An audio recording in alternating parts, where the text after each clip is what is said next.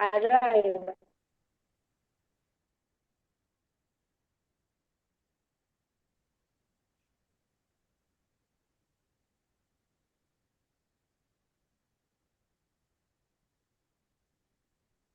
Let's rock. Ready to rock? All Yeah. right. Everybody, hello, hello, hello. For those of you who don't know me, I'm Mike Cubberly, head of community here at RevGenius. Happy to be here as always and excited to kick off this next session.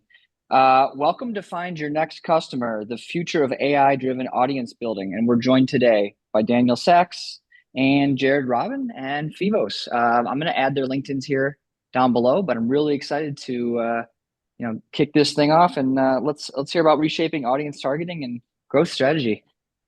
Yeah. And before these two awesome folks get started, I want to thank you all for coming. We're revolting against sameness. So having leadership driven sessions like this, finding your next customer with an incredible sponsor land base and workflows joining us as well, is critical, right? Because everybody's doing the same effing things, using the same types of playbooks and stuff. So thinking outside the box and figuring out how we could separate from the sameness and the noise is everything.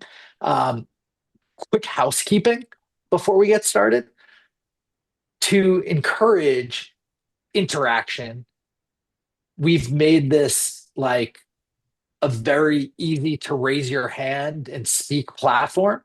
That comes with a double-edged sword, right? Because it's very easy to speak without being called on. So we want to encourage courtesy. Mute your mics if you're not talking. We'll call on you. If you have something to say, you could always chat throughout this conversation. Ask whatever questions you have, give feedback, give hot takes, give whatever's on your mind. We want this to be an interactive conversation. Um, for the next 60 seconds only, put your LinkedIn's in. We are a community. Connect with everybody on LinkedIn. We want this conversation to go and continue, right? Um, Off. So doing that extends the community.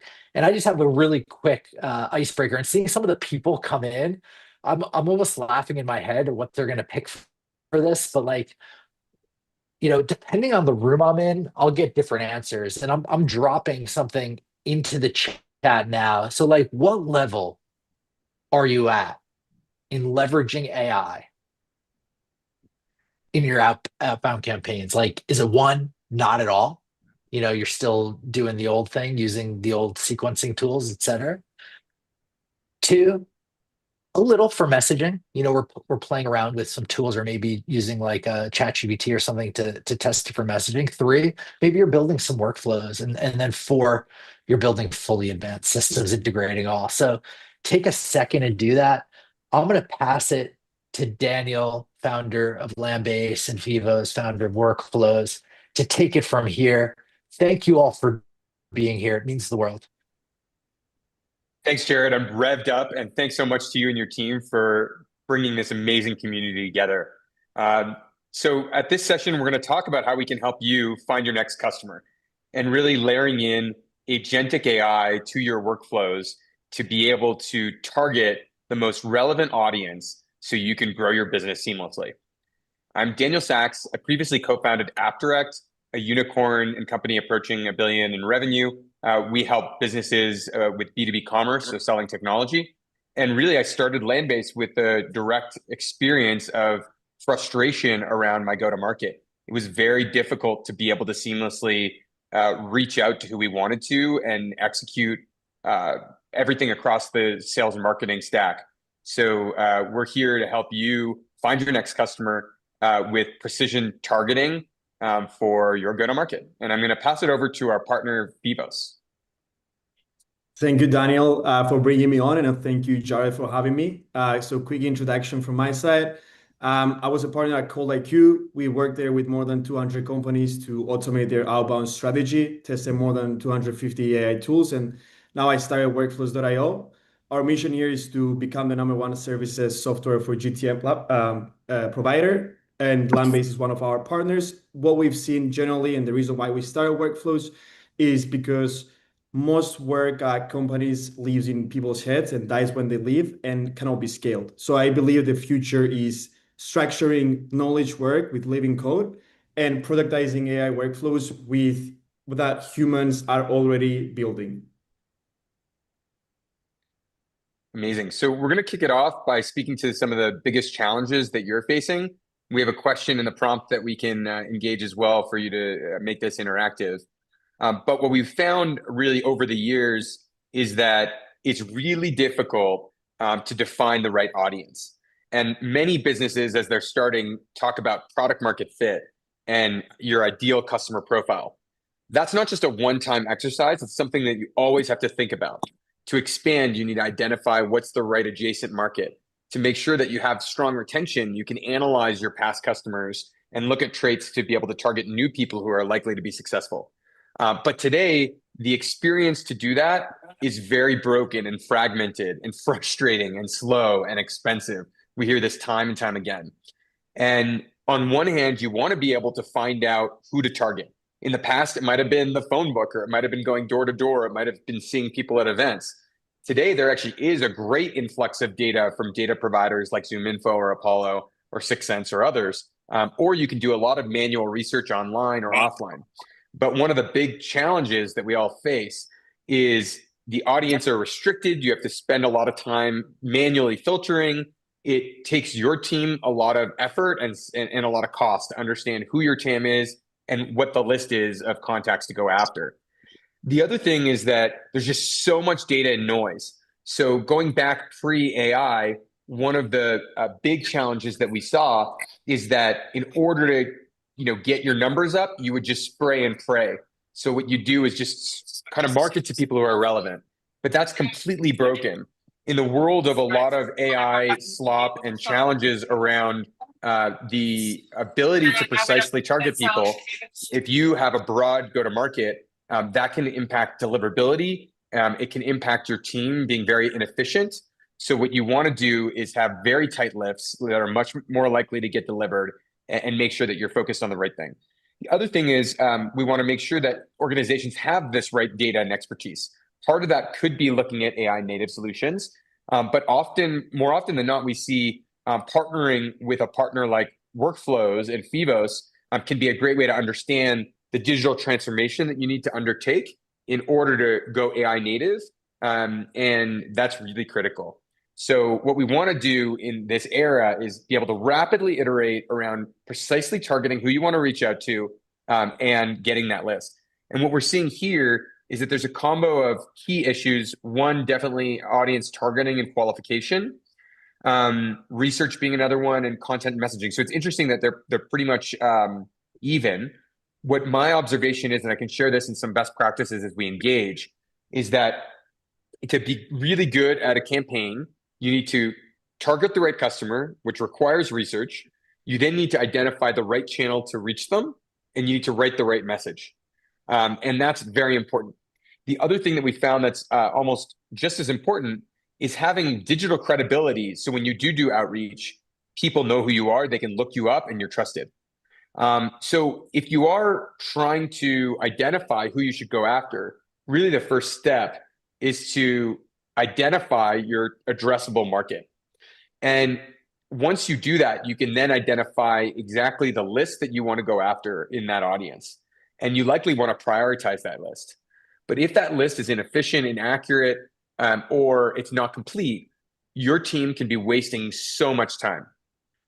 It's obvious that there's a huge component of wasted spend that if you get an inaccurate list and that results in bounce or ignores, then that's bad.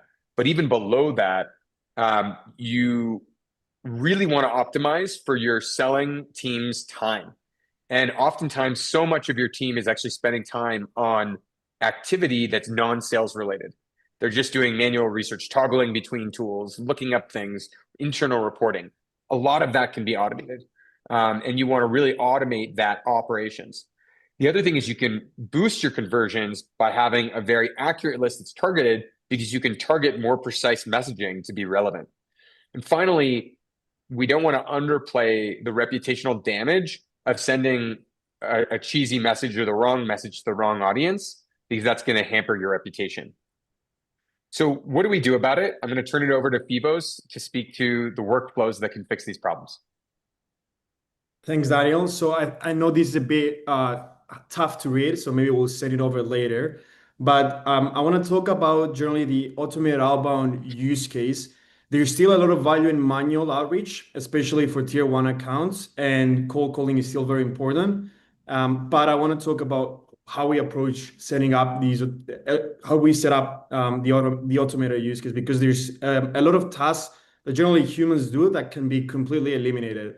And using a platform like Landbase allows us to do that. But even if we were not using Landbase, there's still a lot of steps that we need to take, which look something like this workflow right here. So starting off, the way we think about it is that you need a central person at the top to take care of this. There's this new job title out there that is called go-to-market engineer. The truth is that Clay coined it, but you can call this person growth outbound manager. There's a lot of titles that you can call him. The important thing is that one person can take care of a lot of different tasks that usually it will require 5 SDRs to do. So the first thing is to create an ICP model. I have a graph in the next 2 slides that explain that more in depth. Maybe we can touch upon that a bit later or now. Yeah.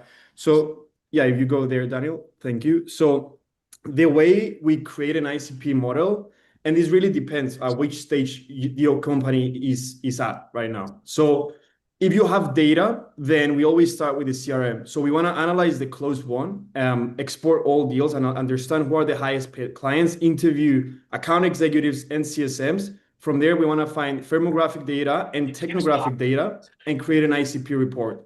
So from there, we want to give a score to each and every single tier that we create, so we can then prioritize activities. Because if tier one is a very small amount of companies, then we want to maybe just focus other resources there. We want to maybe push more ad spend there, or we want to just do only manual outreach there. So this is a very important exercise, and we want to back test it by testing these with the existing closed won accounts. So if we go back to the main graph, which is the outbound overview 2 slides before. So the second step is to understand how many companies exist. So what's the tab map? And this, we're going to break it down in a second with different segments and sub-segments. After that is setting up email infrastructure. There's a lot of updates that have been done by Google and Microsoft. So generally, cold emails are very tough. It's tough to get in the primary. So we need to set up extra domains, extra mailboxes, and there's a lot of nuances there. And the way that you set them up, if there's single tenant, etc., it plays a big role if you're going to align the primary. You can do this whole thing manually, but with a platform like Landbase, you can completely eliminate that. But it's very important. And we usually do 20 emails per day per mailbox. And then it's just a matter of scaling mailboxes. After that is choosing which place and which tools you'll need to do this. So if we want to do signal-based outbound, then we're going to need to understand which providers are going to give us those signals. And we're going to talk that in a second. We have an exact graph that explains first, second, and third-party signals. After that, it's list building, data enrichment, lead scoring, and then personalized copywriting. This is what typically SDRs will do manually, but with a platform like Landbase, you can completely eliminate that. And then after that is just pushing everyone either to your CRM, so you can do one-on-one outreach, or to a platform like Outreach if you like. But for the automated outbound, you have tools like Landbase that can completely take care of that. And then after that is once the leads start replying, we're going to have qualified leads. We can push them to Slack and to the CRM. So that's where the human will step in. So that's where the human in the loop, that's where we see it will bring the most value. So that's for this slide. We can move on, Danielle. Yeah, so we already talked about the ICP model. So I think it will make sense now to just talk briefly about the ICP matrix. This is an exercise that we always want the companies that we work with to go through, because this will give us clarity on which segments we're going after and who are the decision makers, who are the champions, who are the users, and what are the exclusions. This is super important because we want to do many micro campaigns. That's what we see works the best. So starting all of this is crucial. And you see 3 examples here. This is actually for workflows.io when we do our own outbound. That being said, we've seen companies that they have 23, 25 different segments. So it really depends on the specifics. So maybe we can move on now to the next slide, which is data sources available for time sourcing. So time sourcing, I mean, how can you create a list? So how can you create a list that will be relevant? And linking back to what Daniel said, you don't want to spray and pray people that are not really your ICP and they don't really care about your solution. So there's a couple of different options. You can use databases, and then that is split up across into many different types of databases. So general databases, you have the classics out there like ZoomInfo, Apollo, SalesNav. Then specialized databases, if you want to go after, let's say, ecom, there's providers like StoreLeads that will give you a better data set. Lookalike companies, there's Ocean, Discolike, local businesses. We typically scrape with Server.dev, then web scraping, and then APIs. There's all of these different solutions out there. So it's actually very tough for the average person to really understand what they need in order to create the list. So that's what Landbase again steps in and enables everyone to do this with just natural language. Then there is the signals. So the way we see it is that you can either do cold outreach or you can do signal-based outreach. For signal-based outreach, the way we like to think about things is that there's first-party signals, which are data that you own. Second-party signals that you don't really, you need an external provider to give them to you, but it's really yours. Nobody else can access them. And then third-party signals are just publicly available data.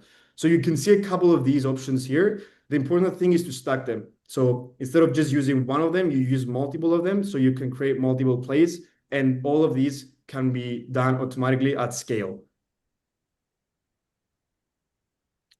So if we go to why signals matter, I think the next slide will explain, will just show you generally the ecosystem right now. So all the signals that you've seen before, here you can see a couple of providers and who's able to give you all of these. Again, we think that all three are very important, and it's just a matter of stacking them together. So you can see a couple of examples here, starting from first and going to second and then to third-party signals. But there's also custom signals, which I think is a very interesting topic. And the truth is that providers that are just plug-and-play solutions, they don't give you that flexibility. So you cannot get those signals that matter to you in order for you to find that what we like to call the GTM alpha. So that's where I think now Daniel will explain it, and it will just make sense what I mean with custom signals. Thanks, Phibos. And for the RevGenius community, if you can share the poll, one of the things I saw is that kind of the biggest area of opportunity you highlighted was signals. So this kind of goes really deep into it. And it is 2025 is the year of signals. If you're not doing outreach with signals, it's really hard to get any meaningful conversion, even if you are a significant brand. And as Phibos mentioned, there's many different types of signals, and these signals can be sourced from different ways. Databases, second-party signals, your own data, but it's very difficult to be able to aggregate all these signals in a way that you can action on them. And there are many signals that are relevant for you, and you may know exactly what it takes manually to reach out to someone who's a perfect fit, but you may not be able to access the data or be able to establish that as a custom signal to execute. So what Landbase has done is really enabled you in natural language to query our database, which includes first-party, second-party, and third-party capabilities. And we essentially are looking at all different types of signals across many different databases, including live enrichment and web crawling. And therefore, you can define your own signal in natural language. We have over 1,500 parameters to source from that are core signals. And we can also help you add additional elements for your first-party data to really identify exactly who you should target, but more importantly, when you should target them and how you should target them. So you can ask Landbase in natural language, hey, I'm a supplier to dentist office, and I want to know what medical supplies are going to this office, and I want to know if the dentist ever does a promotion. And you can hit them up at the same time they're doing a promotion to share your outcomes. So the power of signals, as Phibos mentioned, is you no longer come across as cold or unwanted. You come across as someone who's done deep research in the space. You've identified why the customer has pain, and you're giving them an offer that addresses that pain. So the key of what a signal enables isn't just telling you something. It's allowing you to craft a custom offer to a customer that's irresistible. And what we've found is that the success of campaigns, both outbound and inbound, really hinge on the value you're providing to the customer. That value could be, let's say, something like an offer, like free credits, or meet me for lunch if you do this, or come to my conference and I'll give you access.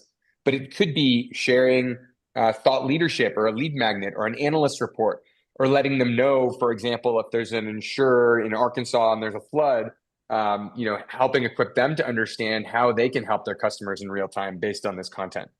So really the key of the signal is not just to identify who and when to reach out, but also what to say to them that adds value.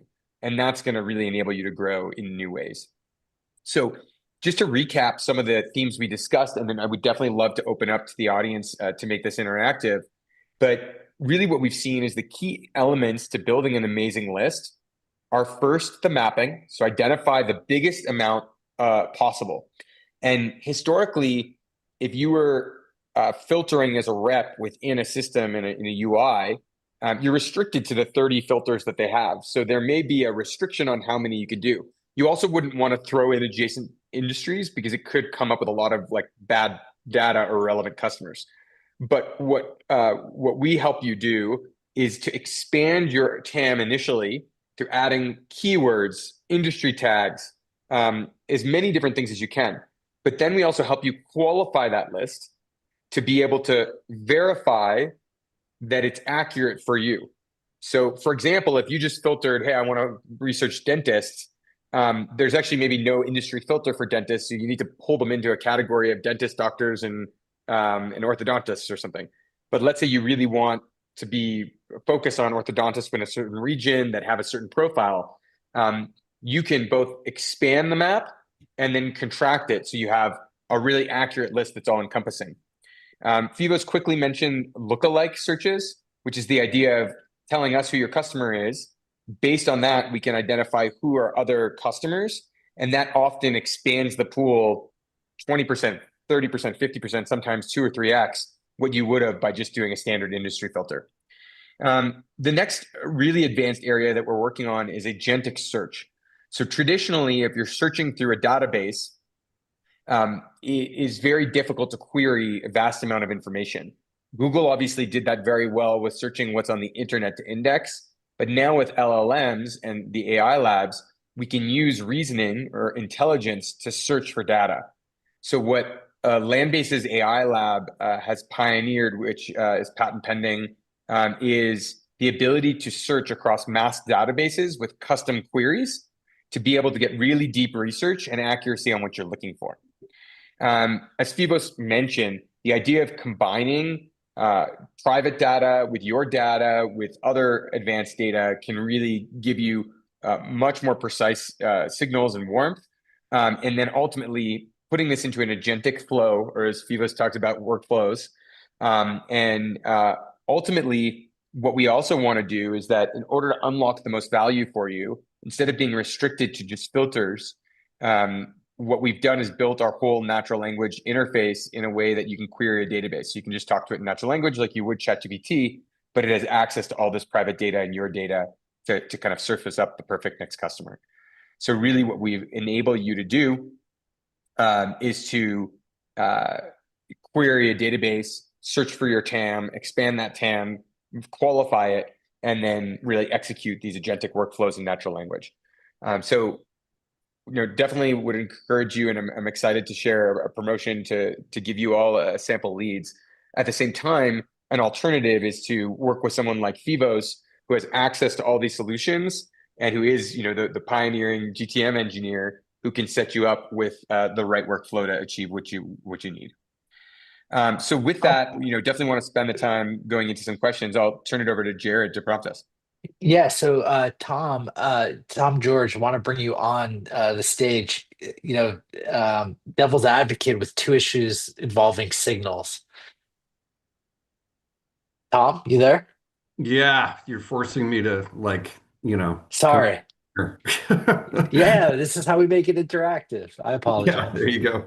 Yeah, no, I mean, the thing that I've found with using, I guess it would be mostly third-party signals, is there's a lot of noise. BDRs are chasing down stuff that doesn't turn out to be truly actionable. So, and so you get a lot of false positives. So how do you address that? So what we've found is that uh, every week we have like a roundup of what SDRs have done, and you learn week over week what's working and what doesn't, and that can inform how you improve your list or your targeting. So ideally, you want to get to a point where in an ideal world, you have a perfect list, but 100% pickup. The people you're talking to are engaging with you, they're loving it. Or likewise on email, you want to have really good response rates, really good engagement from the perfect customer. Reality is that never happens on the first shot. And what we've actually learned is that oftentimes if you have a lack of engagement, it can often be due to your own digital credibility or how you're discovered by someone. So there's a lot of things you can do to boost your own credibility, which I can speak to a little later. But in terms of crap lists or crap signals, that is a reality. And I used to when I was an SDR back in the day, I would pick up the phone book and start calling people, and a lot of irrelevant calls as well. So I think the key to go from irrelevant signals to better signals is to constantly iterate week over week, track your progress, be really data oriented. And if you are working with a bad data source, whether it's a bad list or the signal's not working, you definitely need to tweak it and improve. I think Phibos probably has more complex ways to swap out different data vendors, or maybe you have a story of how a data vendor used one database, but then upgraded it and it resulted in better performance.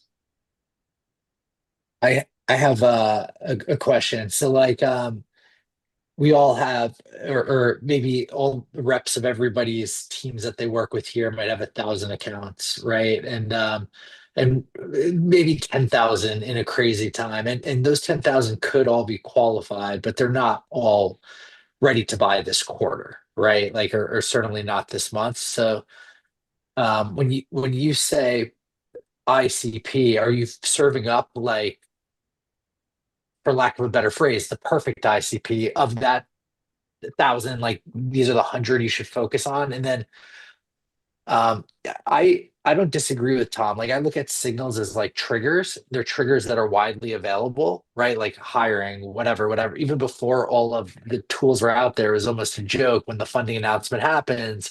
Dad, you're like, your inbox is flooded. It's like the worst day to be a founder or like leader on that team, and you might not need it.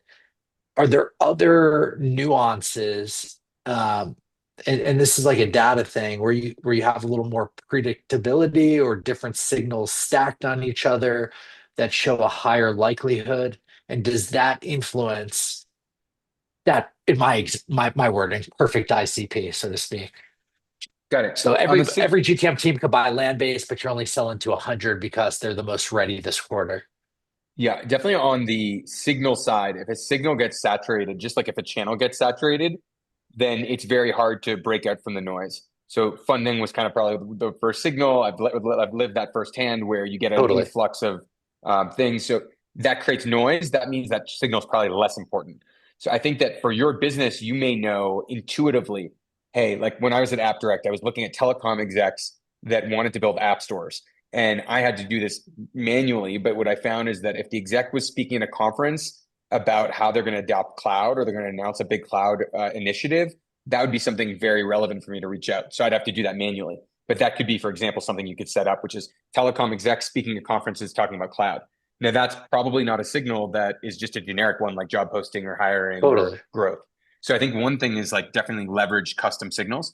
The other thing just on ICP is really the reality that you need to be constantly experimenting, changing your data sources, changing your signals, changing your messages. The hardest thing about GTM is, as much as we want to make it a science, it really is an art. It's people to people value. And it's very hard to identify if a campaign's not working. Is it deliverability? Is it the vendor? Is it the message? Is it the strategy? And what we see is that a channel strategy that worked last year may not work next year, and that the time is getting contracted all the time. So what I would say is you need to operate in like weekly learning cycles, if not faster by looking at, okay, you sent out this message to this audience with this offer. What's happening? Where did you get the list from? How do you improve? And try to break down a variable and swap it out. So is the issue contact coverage? Is the issue that it's bouncing? Then you can be more restrictive on your list if you're getting bounces. If, let's say, you're calling and you're getting a lot of pickups that are wasted or irrelevant calls, there's actually ways of triaging, and there's vendors that provide for this. One is like TapeMX, for example, but you can triage based on people who are likely to pick up. So you know that for that month, your reps are going to have a higher quality pickup. But the issue is once you saturate that list, then you're going to go back to a problem where your ICP isn't so easy to access. So this is unfortunately a constant iteration and battle, and there is no silver bullet, but constant iteration and learning and being able to use tools on the frontier allow you to differentiate from the noise. Well, two things. Oh yeah, go on. Sorry, Jari. Yeah, go on. Well, I was going to say two things. One, isn't kind of like the purpose of AI to like iterate for you theoretically? Is there any feedback loop there? That was genuine curiosity. So this is a little bit of our AI lab. So we have the first and I believe only AI lab dedicated to go-to-market. It's in Silicon Valley. Started by Hua Gao, who's a Stanford PhD that co-founded Everstring, the first machine learning startup for go-to-market that's sold to Zoom Info. And then we have like NASA data scientists. We have researchers from Meta and others. And really that AI lab is always thinking about what can we build at the frontier that can help you improve programmatically. And one of the strategies that we use is called reinforcement learning with human and performance intervention.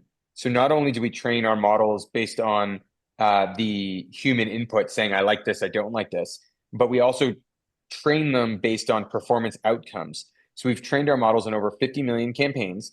And what that allows us to do is look at, for a given buyer and seller, what's the ideal message? What's the ideal structure? And it's much more advanced than split testing because there's so many different variables. But what we do is we apply a score to your audience, and then we also apply a score to the message. And we create many versions of the message and the list to be able to optimize for the best fit. And that's how we can think through ranking. So I'm sure that in the next month, quarter, 2 years, there's going to be a ton of new value unlocked. And just as a provider in the space, I mean, the biggest challenge that I face is that there's new competition every day. The hard thing about that for me is like it's hard, you feel like you're never keeping up. The good thing about it for you is that there's a lot of choices. So if something's not working, you can quickly swap it out. And I'm going to turn it to Phoebos because he's got really good at thinking about ways to test different types of vendor signals and iterate for customers through workflows. Yeah, for sure. So maybe just for Tom's question about signals, the way we think about it is that all signals are very relevant for account executives. So third party, if there's job changes, if there's funding, right? Like if you're on a sales call, you want to know everything about that company. So logging them into your CRM is very important. Now, when you use signals to do outbound, you have to be very careful of what you're using because it's what Jared said. Like everyone knows the funding trigger now. Everyone is doing it, so you're just getting spammed all the time. So it's just a matter of finding which signals are actually relevant for your company, if any. Because maybe cold outreach is the way to go, and it's just about segmentation and personalizing the message of that segment with specific case studies of what you achieve with other clients. Now, a couple of the winning plays that we found with the companies that we're working with that are those that cannot really be replicated by other companies. And that's what we mean with the GTM Alpha. So a couple of examples, what we run even for us is we post a lot on LinkedIn. So we really care about our connections on LinkedIn, and we can run automated plays of targeting those that are qualified, followers on our company page, LinkedIn engagement, who engages with our posts, LinkedIn profile visitors. Other ones that perform really well is generally upcoming event attendees. If they download lead magnets, we track ad engagement, and then from there, if they engage more than 5 times, then we reach out. That's something that there is no other company that can actually replicate. And then a couple others are, for example, job changes of your champions.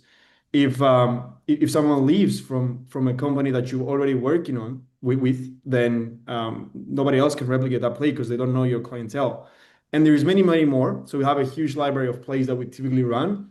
It's just when you purchase a tool and you only have 5 options and this is what everyone can use, that's when I believe signals are not that useful.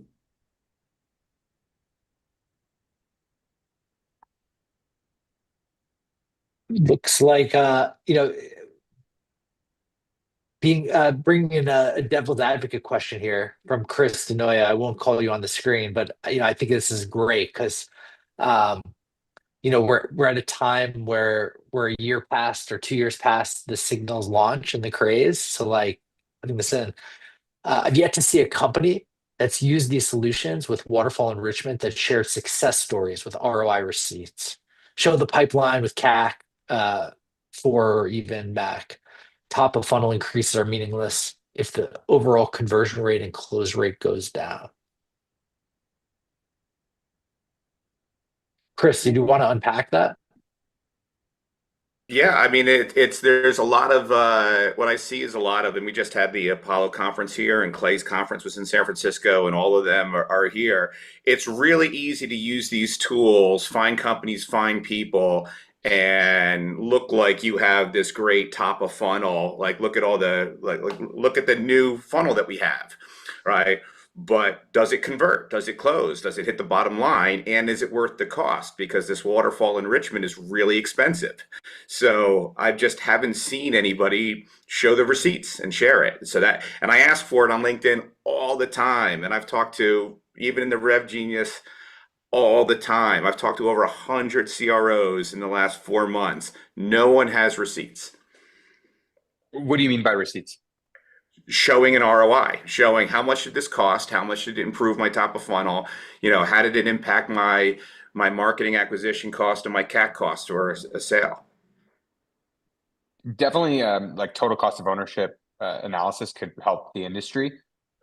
What I would speak to and agree with is that the last 12 months, for anyone I speak to, the market has gotten incredibly harder and noisier, and that could potentially only get worse.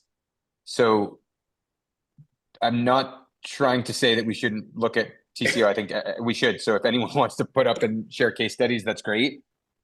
What I would say is that just being overly transparent, because I see data across massive customer sets, both ours and partners that are out there training our models.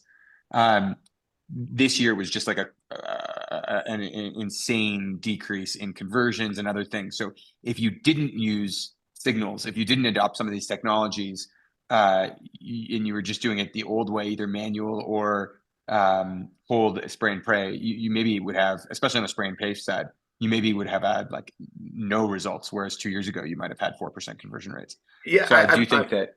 I guess my experience is a little different. I mean, first of all, the value prop that most people look for in using these AI tools is it's going to save us time. It's going to save us time. Well, then you can ask in the chat, how many people's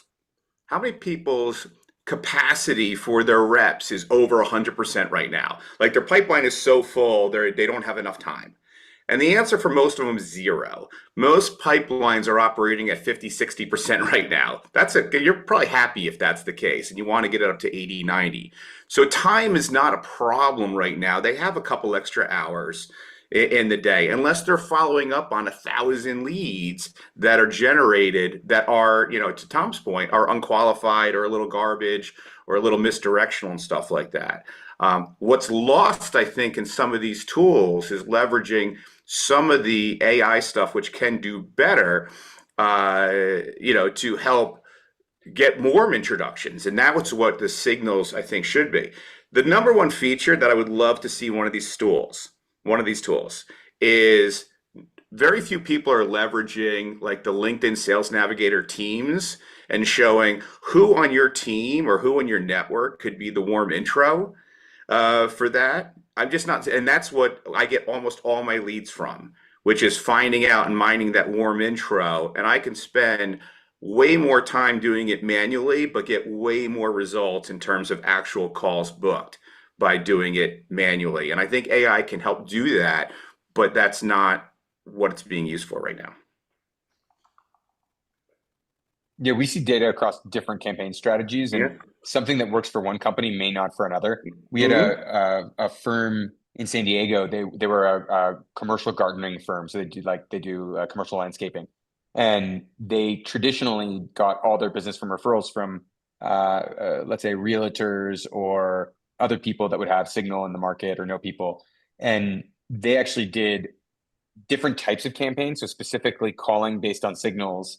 And outbound, that did really well, whereas their hypothesis was that it was going to be all about referrals because that worked well in person and it didn't work at all. So I think like what we see across data too is that, some companies, like for example, at least for land base, I don't know, I don't want to speak to my competitors, but people will say that they're having a lot of success with email, but I just don't believe it. Like it's very noisy and very hard, even if you have the right signal, if you're a lead gen provider, because likely all of you get spammed. So we focus a lot on inbound and GEO and adding value and calls, and those all have really good results. But then I can speak to other firms where they just are really good at one channel. So I would not disagree with what you're saying, that things have been harder. It's hard to prove ROI. This year was really tough. Referrals work very well. I think that could totally be applicable. But I do think the key is just rapidly knowing that a channel that worked yesterday is not going to work tomorrow, and you have to always be experimenting with channels. Yeah, that's fair. I'm also curious then, who is your ICP? Like, what's a good customer for you? And the reason why I ask that is I think like if you're focused on the enterprise and you're doing like an account-based marketing and you're an account, someone who has like 10 accounts or even up to 20 accounts, having this tool may not seem as productive. But somebody that's in the mid-market, maybe SMB that has potentially 1,000, this seems a little bit more relevant to track all of those signals. So what's your ICP? Great question. And we've had a huge evolution. So what our data has told us is that people are unlikely to be good at outbound if they don't have strong digital credibility. And we have this free tool called like the Digital Trust Store that all we need is your URL, and then we can send you a report on where this stands. But what we found is those who are most successful with outbound campaigns, even signal-based outbound campaigns, typically have a lot of people talking about them online, a lot of reviews, press or analyst firms driving them credibility. They have a lot of web traffic. There's a lot of social proof. If you're an unknown startup with an unknown founder, you really have virtually no success at doing outbound online. If you're an old school offline company like the one we talked about, the commercial landscaping company, very difficult unless you build online thought leadership. So what I often advise is companies who don't have that trust to actually build that trust before they work with us. So to the point on our ICP, our goal, and I've just been an SMB person at heart because I came from a family business, our vision is really to democratize demand gen strategies so anyone can automate their go-to-market. What we found though is that if we serve an SMB that has unknown digital credibility, it's really gonna not drive ROI for them. So what we're focused on is businesses who have that credibility, where we can help through automation. And exactly to your point, the sweet spot tends to be 500 to a few thousand person organizations. That being said, we can also help or give advice on how you boost your digital credibility. And we have many SMBs that do get success. But the way we've established our ICP and digital credibility is the first thing we look at is actually scoring our customers based on how likely they're to be at outbound, and based on the customers we've had in our network who have been successful. So that way, when we're engaging with customers, we're putting our best foot forward on who we're likely to drive ROI to. Cool. Okay, thanks for clarifying. I'll go on mute from now on. I want to believe. That's how I sign off on my LinkedIn. I'm like, I want to believe that this is going to work. I love it.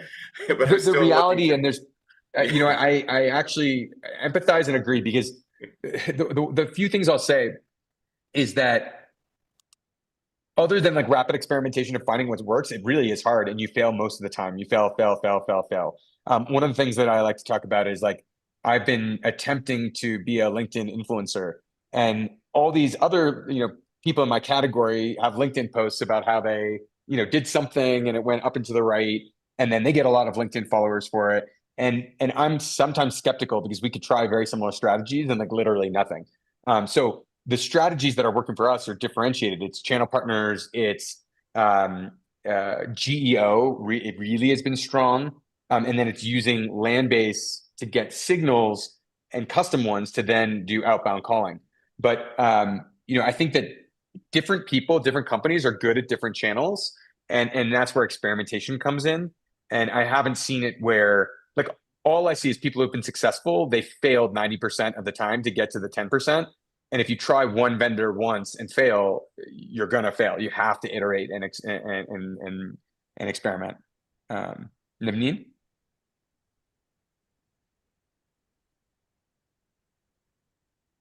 Hi, I was thank you. just about to joke, Hi, you thank need you that so much. LinkedIn post, comment land base, and I'll send you the thing to drive up your thing. Yeah, exactly. I'm so sick of those posts. I'm so sick of So them. post that in the comment section here, and we'll send you 42 tips this time next year.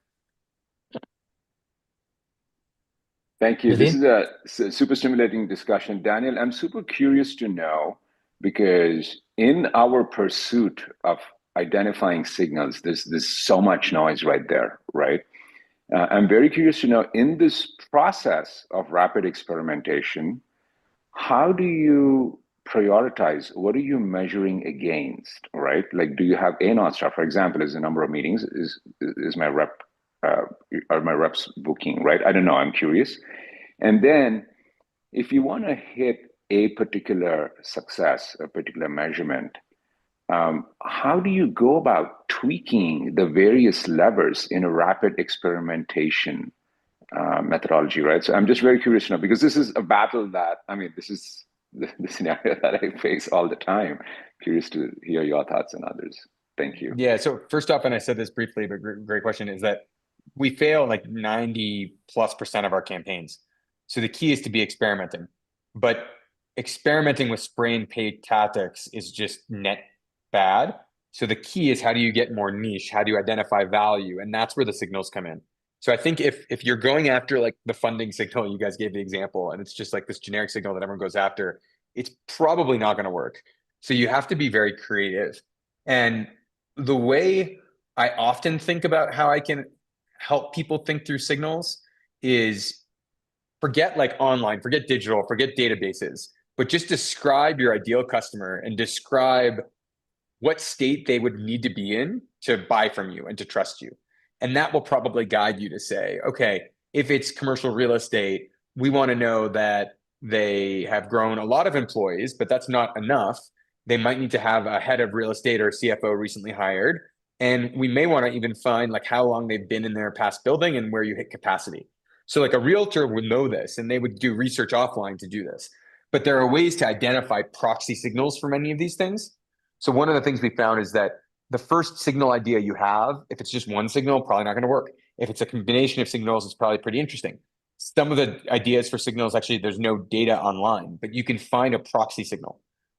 So that's what I would think through. In terms of the experimentation, one of the biggest problems is that it's really hard to identify what variable is going wrong, because it could be the target, it could be the strategy or the channel, it could be the message, it could be yourself and your own brand credibility, it could be the offer. So what I tend to do, and we do this in cycles, is we'll take a goal for the month for a specific ICP that we want to break into. So let's say we want to go up market to 1,000-person mid-markets in non-tech sectors such as insurance. We would first look at like, what's the pain point for the insurance? What's the value we can provide? We would then test, create a list. We would test certain strategies. And what we'll learn from in that first week is some campaigns, in that process, we might be running like 20 different campaigns at the same time. But you'll see that 2 will perform really well and 18 will pretty much fail. And then you kind of latch onto those 2 and you say, how can I boost the conversion by 20% next week? And that could be better data coverage. It could be stronger offer. But what we would then do is take the next few weeks to really improve what works. Another way to talk about it is explore and exploit. So you want to explore a lot of small strategies to learn, but when something works, you want to exploit it. Now, the problem is if you exploit it, you're going to run out of something, or it's not going to work at some point. The example of this is like a few years ago, people were sending a picture of a laptop with the customer's like product or logo, and then a kitten on the keyboard. And like these kitten pictures were like hitting like crazy. Like people's conversion rates were going through the roof. But then it went on Reddit, and people knew that the kitten pictures have good conversion, and now the kitten thing is a novelty, and it just doesn't work. So I think that you have to think about this even for your own campaigns. Explore in micro campaigns. You'll find that if there'll probably be one or two that really hits, and then you want to exploit it and improve it and really hone in until it's trending down, and then you need to explore again. Phivos, anything you want to add? I know you have a swath of customers that may have different perspectives. Yeah, I agree with you completely. And for me, the biggest thing is stacking signals. So what you said, so if it's just one, then that's probably not enough. By combining multiple of these is what ultimately is going to give you results. And a lot of times these signals are more like static. So maybe it's more about company fit. And if it's company fit, then it's all about, okay, we have that company. How do we qualify? Well, the best person to ask is an SDR. So what does an SDR typically look for before reaching out? That's the number one question I always ask. And if they tell me they have to mention X, Y, Z on the website, then we can scrape that. And then that's a signal. Doesn't have to be, this is a custom signal, right? And then it's just a matter of stacking all these up to create a target account list that will actually make sense. And then there's the evergreen plays as well, which are a bit different. And once you set them up, they always run. And yeah, so I think the combination of these two is what we see brings the most results. Thank you so much, guys. Certainly. And one thing to just share is some of the survey results and where you see the biggest opportunity. The reality from what I would say, and I don't know if Phivos thinks differently or anyone online, but personalized outreach and messaging can actually be a net negative to campaigns. So even though I'm an AI player that focuses on messaging and we really care, cheesy personalization is already saturated. So it used to be like if someone said, "Hey, I went to McGill, which is my university, you went to McGill," I would respond every time. And then someone figured out how to game that, and now I get cheesy ones like, "Oh, I saw you went to McGill," and then you realize like they know nothing about it. It was just a cheesy automation. So I think that it needs to be relevant outreach with a relevant message with a strong offer. But what I've actually found is that messaging definitely isn't 50% of the reason why something's going to work or not. It's probably like much more so the targeted audience plus the channel you're choosing to reach them for. Because some audiences will never answer a phone. Some will never answer an email, or it's really saturated in your email, in your industry. Some you'll have to use Chris's idea of referral. So I would say that it's interesting that so many of you see outreach as an opportunity or personalization. I think if you're not doing it, it definitely helps. But I would say likely like qualification and scoring plus signal data is probably going to give you the biggest lift. Phivos, I'd be curious to see what you think in the data. Wait, you're talking more about like the qualification part after the initial list building?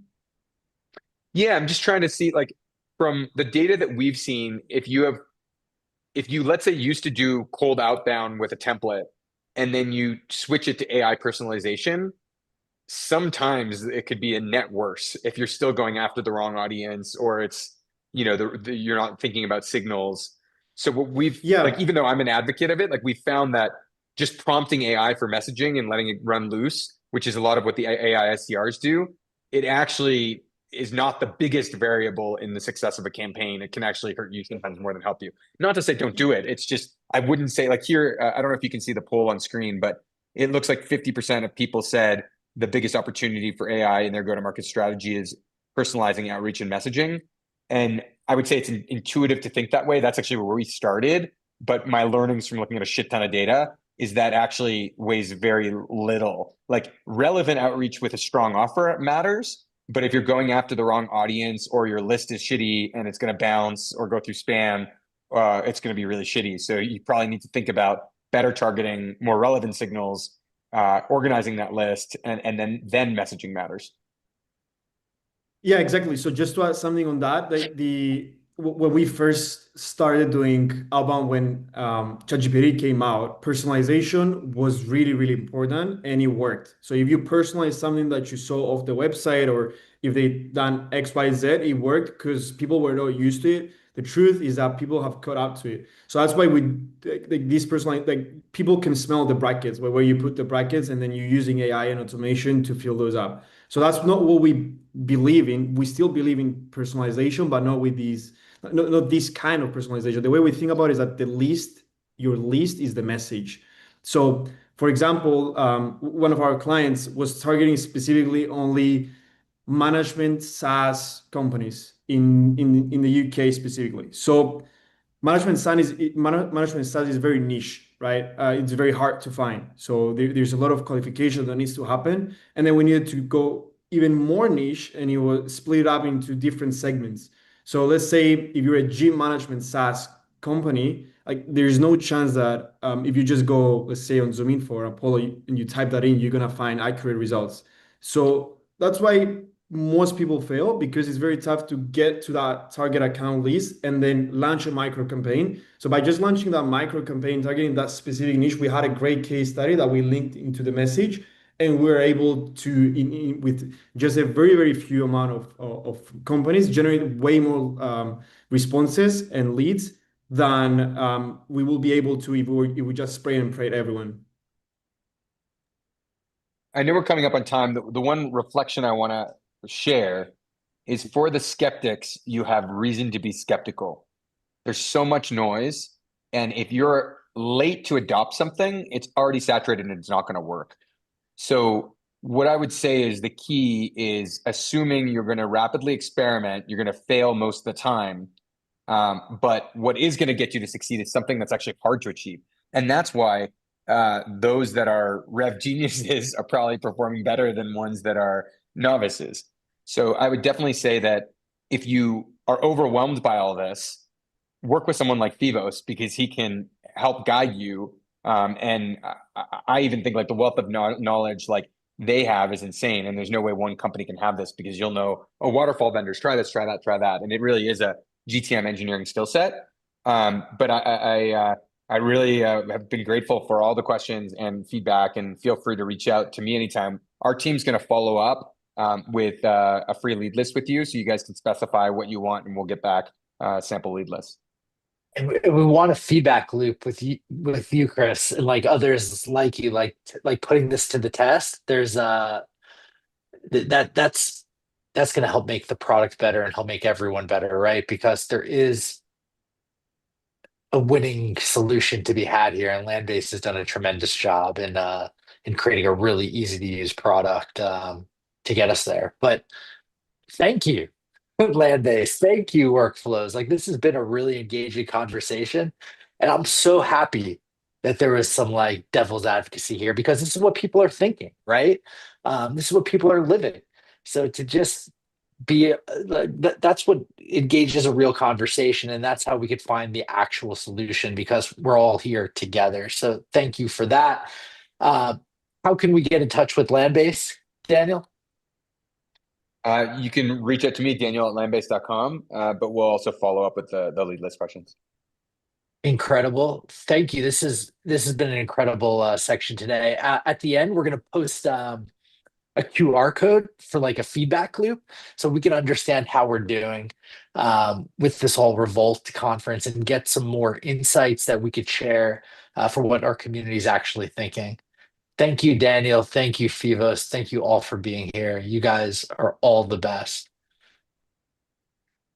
Thanks, everyone. Full Take care. screen. Thanks, Jared. Thanks, everyone. Here, give it 1 minute here. We're going to get this full screened on the screen share.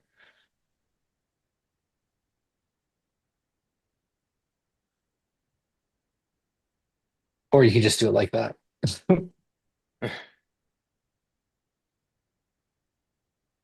Thank you, guys. And we have the next session is at 3 p.m.